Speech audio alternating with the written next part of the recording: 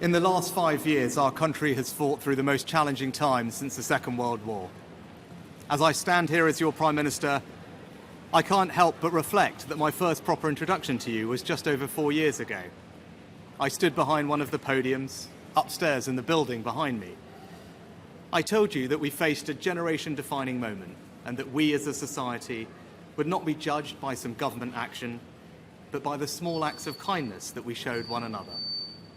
You met that challenge, and then some, and I have never been prouder to be British. And when I introduced the furlough scheme, I did so not because I saw a country simply in need of desperate help, albeit we were, but because I saw a country whose future hung in the balance. I could be bold and trust in the tens of millions of you at home that you would rise to the moment, or I could accept the inevitable millions of job losses and pick up the pieces.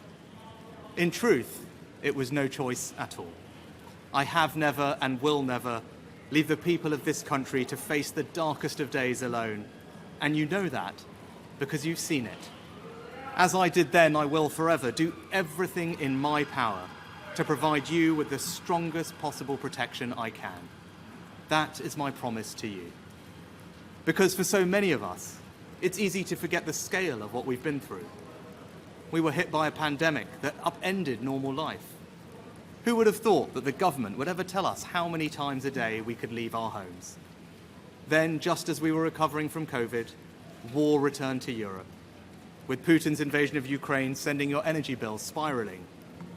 I came to office, above all, to restore economic stability.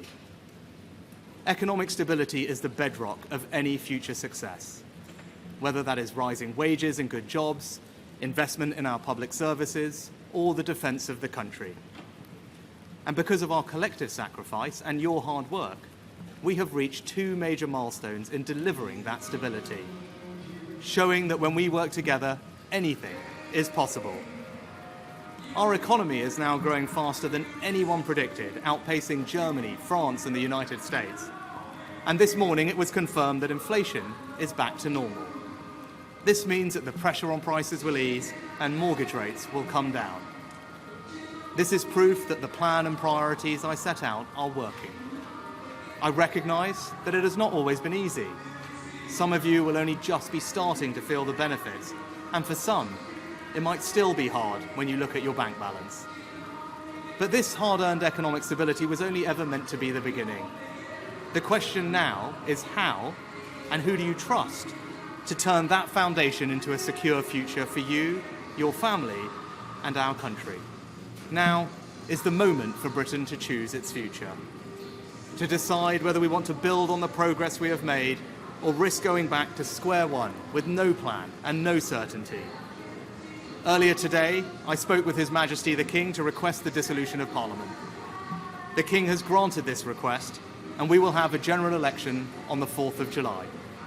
This election will take place at a time when the world is more dangerous than it has been since the end of the Cold War. Putin's Russia is waging a brutal war in Ukraine and will not stop there if he succeeds.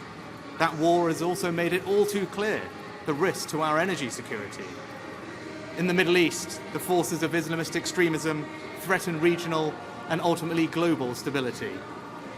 These tensions are exploited by extremists who seek to undermine our values and divide our society here at home. China is looking to dominate the 21st century by stealing a lead in technology. And migration is being weaponized by hostile states to threaten the integrity of our borders. These uncertain times call for a clear plan and bold action to chart a course to a secure future. You must choose in this election who has that plan, who is prepared to take the bold action necessary to secure a better future for our country and our children. Now, I cannot and will not claim that we have got everything right. No government should. But I am proud of what we have achieved together, the bold actions we have taken, and I'm confident about what we can do in the future. We've tackled inflation, controlled debt, cut workers' taxes, and increased the state pension by £900. We've reduced taxes on investment and seized the opportunities of Brexit to make this the best country in the world to grow a business. put record amounts of funding into our NHS and ensured it is now training the doctors and nurses it needs in the decades to come. We've reformed education, and our children are now the best readers in the Western world. We prioritised energy security and your family finances over environmental dogma in our approach to net zero. We fully funded an increase in defence spending to 2.5% of GDP. We made a decision to invest more in local transport that you actually use, rather than endlessly plough more money into HS2. We set out a comprehensive plan to reform our welfare system, to make it fair for those who pay for it as well as those who need it.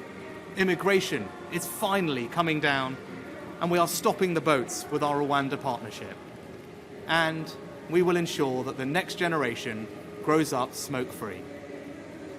I hope that my work since I became Prime Minister shows that we have a plan and are prepared to take bold action necessary for our country to flourish. Now, I've stuck with that plan and always been honest with you about what is needed, even when that's been difficult. Because I'm guided by doing what is right for our country, not what is easy.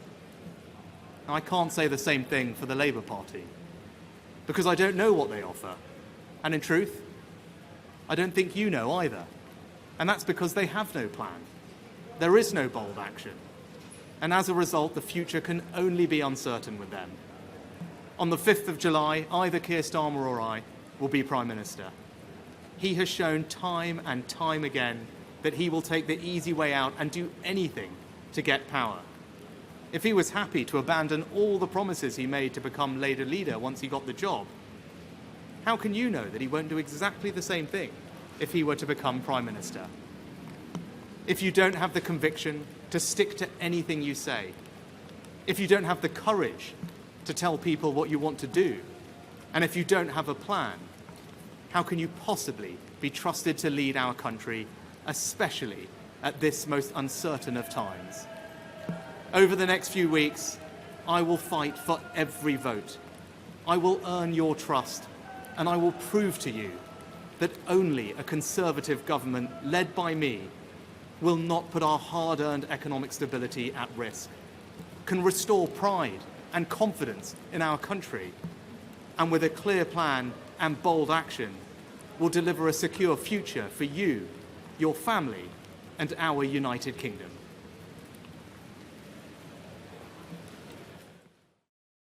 Rishi Sunak has called the election. Britain is going to the polls on the 4th of July. And I have to say, that was one of the most bizarre things I've ever seen. In a drenched suit, in a pouring wet Downing Street, the Prime Minister stood there getting utterly soaked. He could have done it inside, but he's in the streets declaring Britain's going to the country. What you heard there was the starting pistol on the election campaign. He went straight for Keir Starmer, a man he says has no plan, has no policies. He was hammering up national security, migration, and all the things that he says he did right during the pandemic. Whether it works, it remains to be seen. The Tories are 20 points behind in the polls. You cannot describe how big this gamble that Rishi Sunak has taken. As he said there, on the 5th of July, one man's going to be standing there, hopefully in slightly drier conditions. Either him or Keir Starmer. We'll find out, but this is a big gamble because the polls are looking like it's probably going to be Keir Starmer. We'll be back on Never Mind the Ballots tonight and throughout the election campaign, and hopefully it might stop raining.